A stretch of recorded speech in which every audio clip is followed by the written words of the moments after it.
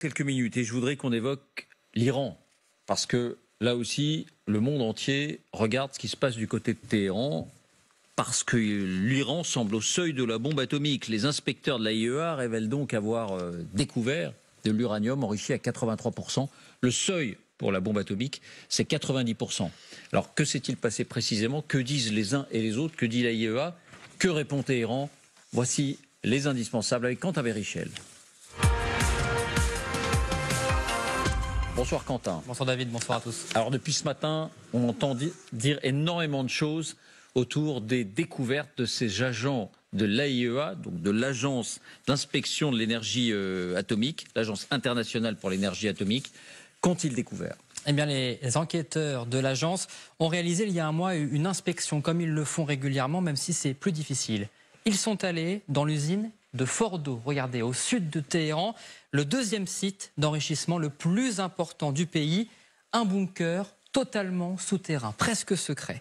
Ils ont découvert des particules d'uranium enrichies à 83,4%. Alors pourquoi ce chiffre est important? En novembre, on l'avait déjà évoqué ici, on avait appris que l'enrichissement d'uranium iranien avait passé le seuil des 60%, suffisant déjà pour créer une bombe sale. Mais le seuil important, c'est 90%. David, c'est à partir de ce seuil qu'on peut créer une bombe atomique. En 3 mois seulement, donc très rapidement, presque de manière exponentielle, l'Iran est aujourd'hui donc toute proche d'atteindre ces 90%. Alors les premiers à sonner l'alerte, comme toujours, ce sont les Américains. Ce n'est qu'une question de jours, désormais, selon eux, pour que l'Iran n'arrive à ce seuil atomique. Écoutez Colin Kahl, le secrétaire adjoint américain de la Défense. Iran's nuclear progress since we left the JCPOA has been remarkable. Back in 2018, when the previous administration decided to leave the JCPOA, it would have taken Iran about 12 months to produce one bomb's worth of fissile material. Now it would take about 12 days. Vous l'avez entendu.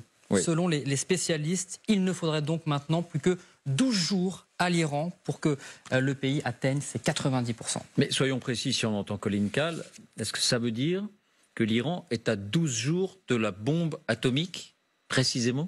Pas tout à fait, David.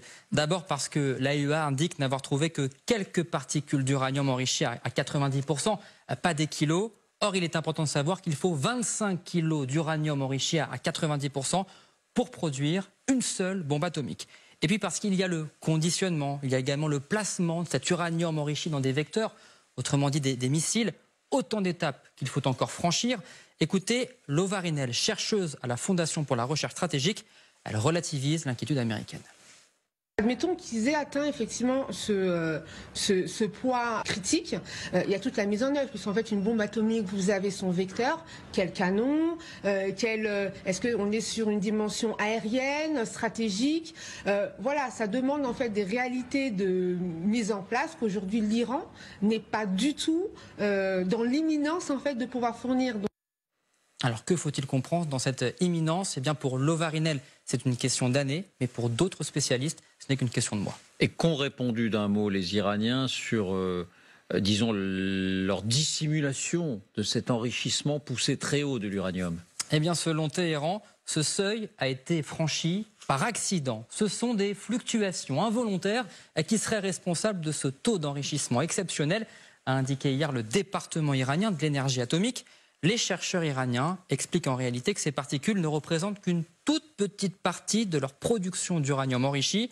Le pays nie donc vouloir se rapprocher de ces 90% d'uranium enrichi et dément toujours vouloir se doter de l'arme nucléaire. Merci.